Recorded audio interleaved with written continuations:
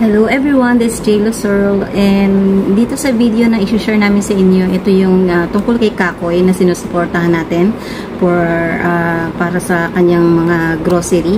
So monthly natin tong ginagawa, and katulong ko dito si John Carroll na talagang ginagawa ang lahat para siya yung mag-organize para dun kay Kakoy. So si Kakoy nakalipat na ng bahay, and mas maganda na yung lugar na napuntahan niya ngayon kasi mas malapit na siya sa town. So malapit na siya sa bayan kung tawagin. So panoorin lang natin yung paghatid ni Carol ng grocery ni Kakoy. So watch this. Po ninang si Kakoy, ayan, nandito tayo sa bahay na ngayon bago. Buti na malapit-lapit na yung grocery natin nino. May bigas, may cup noodles, saka yung mga biscuit na malalambot. Siyempre, bear bread na malano, saka may ilo, yan dilata. Yan, marami rin tayong ano. Yan po si Kakoy, kumakain na kanyang ano. Patuloy! Hello, natanggap na po namin ang padalang grocery. Maraming salamat po sa ibinigay nyo para kay Kakoy. Marami na naman pong pagkain si Kakoy. Napakalaking tulong po nito sa kanya.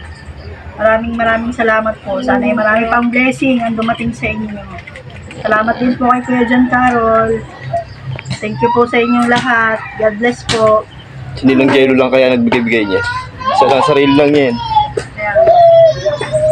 Si Kakoy ninang, nandito sila sa ano nila ngayon, no? Bundok pa rin pero malapit na sa bayan. Ayun, no? Ayun paligid ng ano nila.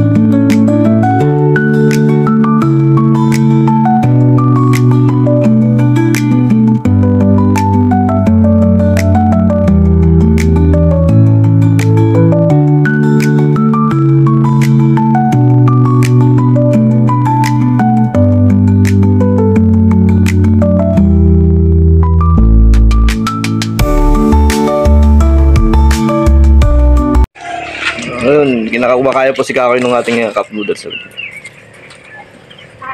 diba? Oo.